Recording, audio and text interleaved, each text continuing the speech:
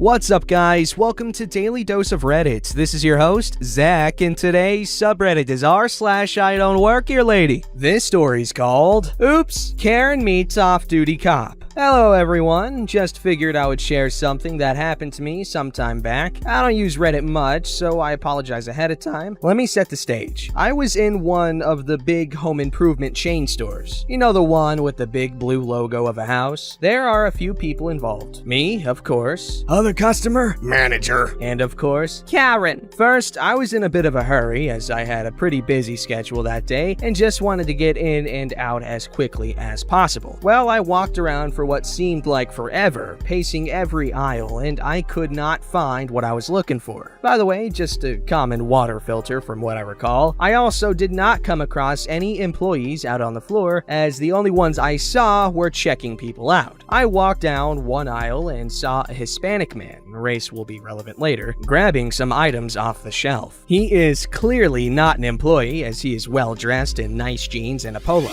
The only reason he first gave me pause was the radio on his belt, but clearly figured out it was not one from the store, as they use some kind of smartphone looking radio. In desperation, I said, hell, he might know where my item may be. He had the swagger of a man who has clearly been in the store a few times. So we begin. Excuse me, sir. I know you don't work here, but by any chance, you have any idea where the water filters are? They seem to have moved them again, and I cannot locate any employees.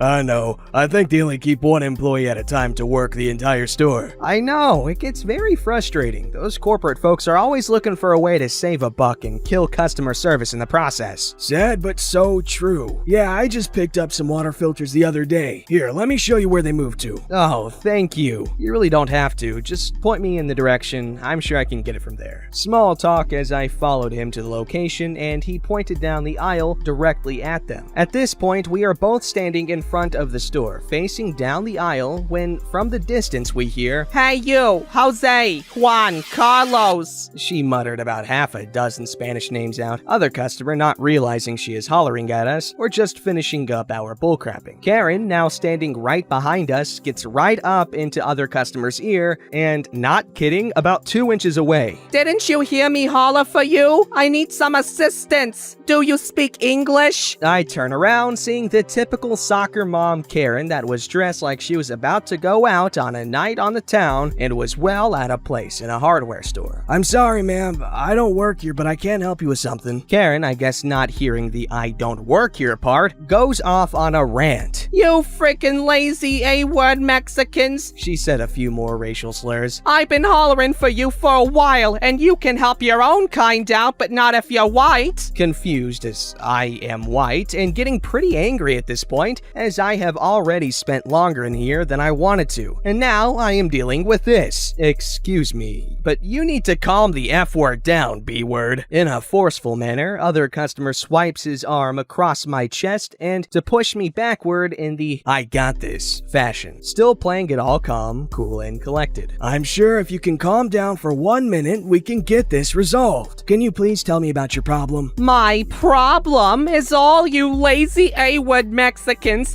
taking all the jobs and not wanting to work. Where is your damn manager?" Not knowing when to shut up, I say under my breath, but still audible, B-word. Karen lunges for me and slaps me right across my face hard as hell. Other customer, like some kind of ninja, grabs Karen's arm, spun her around so fast all I saw was her face planted on the floor with a knee in her back. While holding one of Karen's arms, he grabs his radio and makes a call requesting an officer to our location. Manager comes running to see what all the fuss was about, screaming, "Get off that lady right now! We have called the cops!" By this time, he has already put away his radio and had the badge in his hand and flashed it to manager. "I have already called for a car." He looks at me with one of those "please say yes" looks. "Would you like to press charges?" "Of course I do," as I rub my face, and I am not kidding, I have not not been hit that hard in years, and I swear I saw stars. Other customers slowly got Karen back to her feet, and you can tell by this point, no, she has messed up bad, as she just stood there and did not say a word. Can you tell me what happened? Other customer told the whole story. A few minutes later, the patrol car arrived, then other customer, manager, Karen, and the cop moved outside the store. I stayed back and decided to grab my filters while they got it all sorted out. As I walk out the store, I see Karen being loaded up in the back of the car in handcuffs. Let me tell you, that was very satisfying to see. Other customer had me sign some stuff when he noticed my last name, and we found out he is good friends with a lot of my family. That's a pretty cool story. Other customer's a badass. This story's called, I do work here, but I can't do that. So this isn't a normal I don't work here lady situation, because I did actually work at the location in the story, but as the title says, I couldn't do what the lady in the story was asking of me because it wasn't my job. Let me know if this belongs in a different sub. I live in the capital city of a US state. Every summer, the city hosts the annual state fair, which features the usual state county fair stuff, i.e. rides, booths, fried foods, displays from all over the state, etc.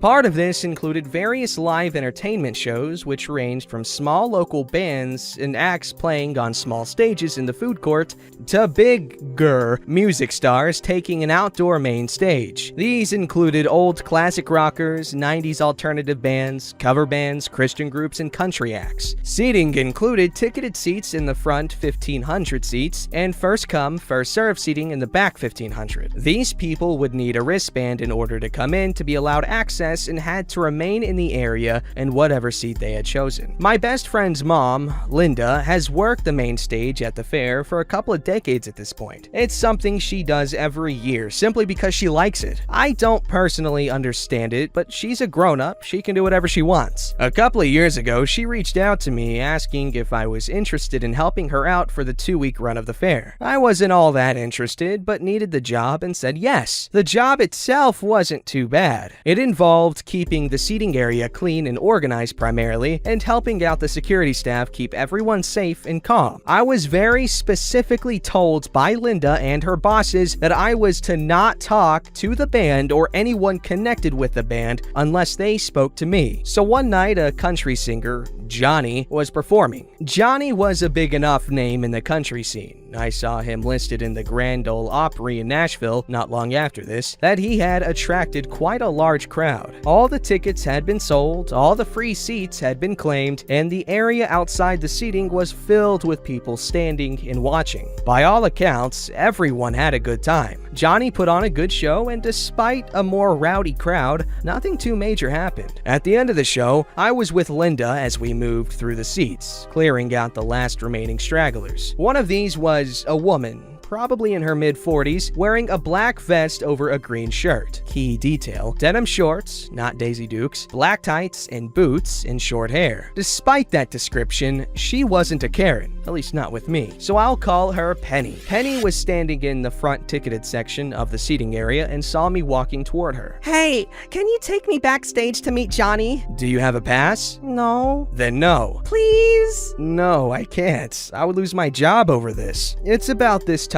another guy has drawn my attention. He asked the same thing. Hey, can you take me backstage to meet Johnny? No. Oh. Penny, not taking other guy's hint. Well, can't you just talk to Johnny? No, I can't do that. I've literally been told I'm not allowed to. Well, can't you ask someone in the band? I can't do that. What about his manager? No, I can't do that. This continues for a little bit in this fashion as she follows me out of the venue toward the entrance to the backstage area. Eventually, the conversation goes like this. Listen, can you just talk to his manager and say the woman in the green shirt who stared at you all night would like to meet him? It's at this point that everything fully clicks into place, and I realize what she's asking me to do. Naturally, I can't do that, and if I was given the opportunity to redo this conversation, I probably would have shut this down more forcefully, but I was tired and just wanted to go home at this point. I'll see what I can do. Thank you. No promises. So as I leave her, I head backstage telling myself there was no way in hell I was going to do that. I went back, got my stuff, and told Linda about Penny. Green shirts. Yeah.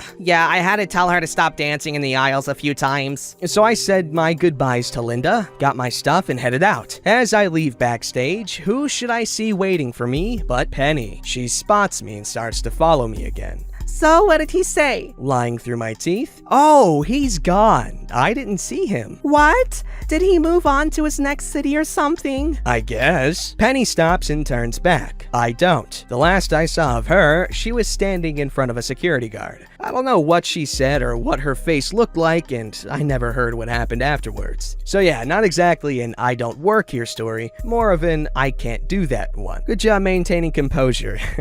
I would have been annoyed at that point. I mean, maybe not, but reading it's a different thing than experiencing it altogether, but I'm sure Johnny appreciated you. Alright, this story's called I Am Most Definitely Not an Uber Driver. As the title says, I am not an Uber or Lyft driver. There is no indication anywhere on my vehicle that I would be. I don't really put stickers on my truck anyway, so it's not like there is any confusion on this. I drive a 2014 Silverado, and I take care of it and keep the inside looking nice. And from some of the horror stories I've heard, I don't want to let strangers in my truck. Nothing against Uber or Lyft drivers, just not doing it in a vehicle I worked very hard to be able to buy. Anywho, yesterday I drove my wife to Ulta so she could shop for beauty products. I really had no interest in going in, so I parked and played on my phone for a bit. After about 15 minutes, the passenger door opens and some stranger gets in. This woman looked like she walked straight out of a meme about Karens and hopped into my truck. No wonder I was waiting so long. You're over here screwing around.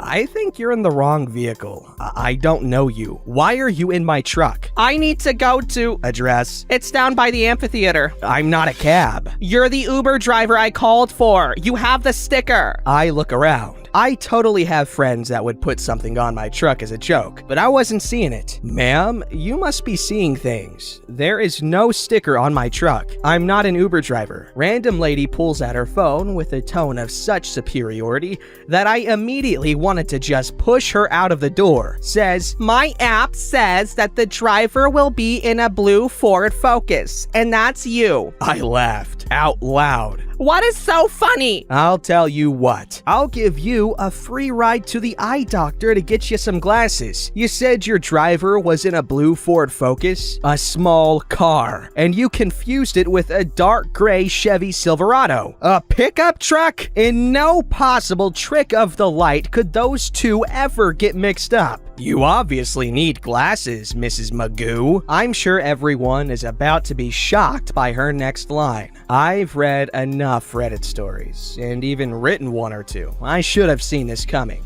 How dare you? I'm not your driver. I don't drive for Uber. There is no sticker. You got into the completely wrong vehicle. The only thing that I can see as a reason is that your eyesight is terrible, or you are starting to come down with Alzheimer's or dementia, which would be tragic, but I don't think this is the case. I was watching the Karen rage build up in her face. I was expecting the explosion, but she switched tactics on me. I thought she was gonna zig, but she zagged. Well, I still need a ride and you aren't doing anything. So why don't you just take me there? I can give you $5. She said this like she was trying to bribe a little kid with a piece of candy. I might have been willing to give her a ride. I'm a nice guy to most people and am generally willing to help people out. However, her condescending tone got under my skin, and I am not going to reward that kind of behavior. No, and you need to get out. My wife is here. She had just shown up. This lady had the audacity to roll down the window and tell my wife,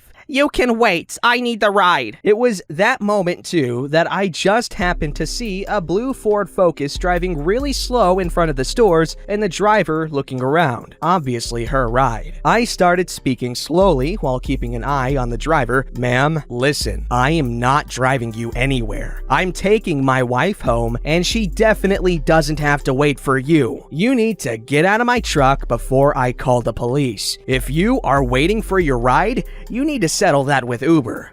By the way, the Uber driver you were waiting for is leaving the parking lot right now." I pointed to the blue car that was moving to the lot's exit back onto the road. She flung my door open and tried to go chasing after him. It was pretty comical, really. My wife gets in and says, You have a strange taste in hookers. "Another 5 minutes and I think I could have gotten a free handy." We drove past her on the way out. She didn't look happy. That's a cool wife. Don't forget to like, subscribe, and hit that bell to never miss an episode.